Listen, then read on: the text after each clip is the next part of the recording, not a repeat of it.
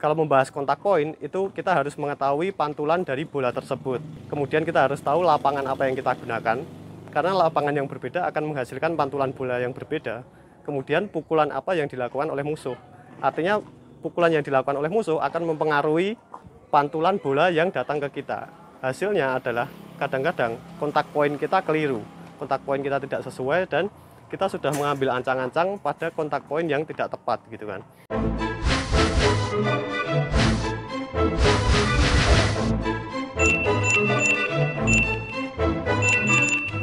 Di video sebelumnya kita sudah membahas mengenai fundamental dari bermain tenis, yakni wiper move ya, sebuah gerakan di mana ketika raket kita terjadi kontak dengan bola, kemudian kita harus melakukan gerakan seperti pembersih kaca mobil untuk menghasilkan putaran bola yang menurun ke bawah gitu kan.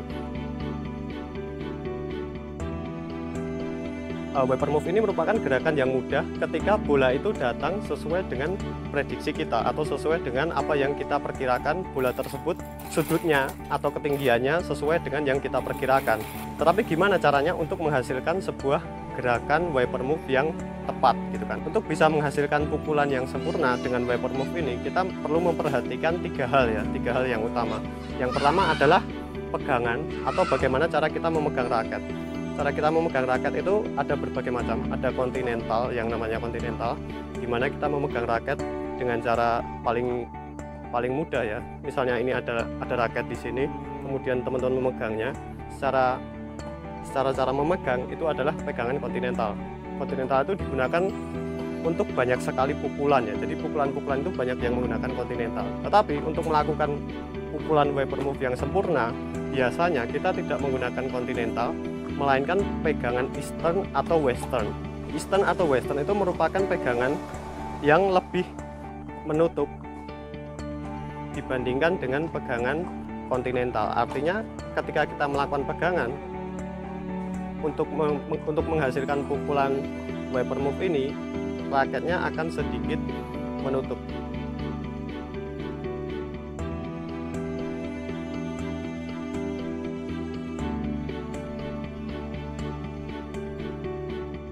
Selain dari pegangan yang memang berpengaruh ya, sangat berpengaruh sekali terhadap hasil dari pukulan kita, selanjutnya adalah kontak poin. Kontak poin ini merupakan titik tersulit dari latihan yang dilakukan seseorang ketika bermain tenis.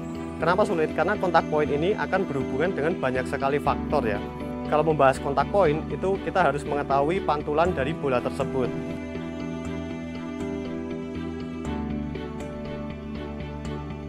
Kemudian kita harus tahu lapangan apa yang kita gunakan, karena lapangan yang berbeda akan menghasilkan pantulan bola yang berbeda.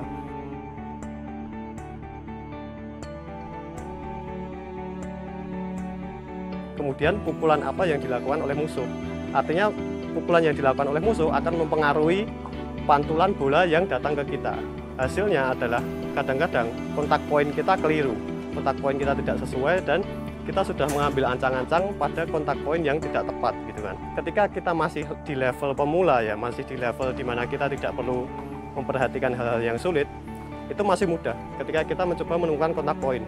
Nah, kontak poin ini berhubungan dengan gerakan lanjutan setelah kita melakukan wiper move yang kemarin sudah kita bahas, yakni follow through ya. Follow through ini merupakan gerakan lanjutan dari gerakan wiper move yang kita lakukan sebelumnya. Jadi ketika melakukan wiper move, follow through-nya adalah di samping kepala atau berputar di atas kepala. Jadi di mana kontak poin ini akan terjadi akan mempengaruhi gimana nanti follow through yang kita lakukan.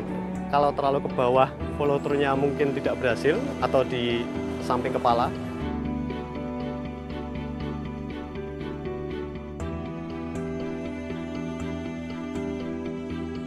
Kalau tepat, follow through-nya juga bisa di samping kepala, tetapi juga bisa melewati di atas kepala, dan itu merupakan gerakan yang tidak keliru gitu ya.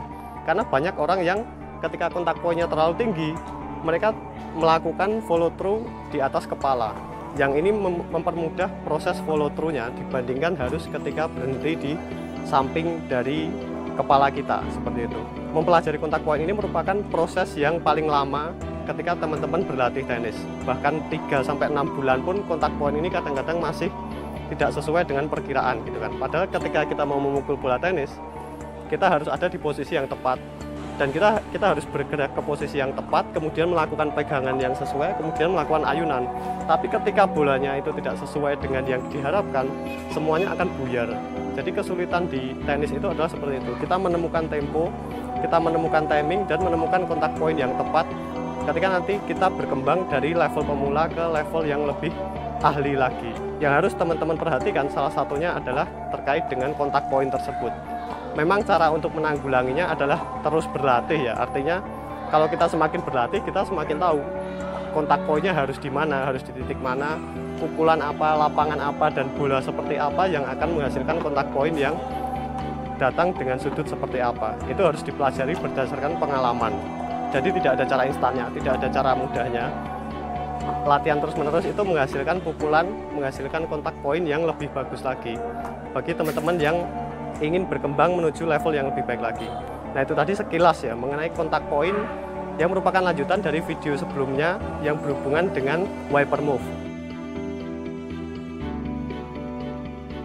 Di video selanjutnya kita akan membahas level lebih dalam lagi, level lebih tinggi lagi mengenai permainan bola tenis yang bisa teman-teman gunakan untuk acuan nanti berkembang dari pemain tenis pemula menjadi pemain tenis yang lebih advance lagi. Terima kasih sudah menyaksikan, semoga informasinya bermanfaat.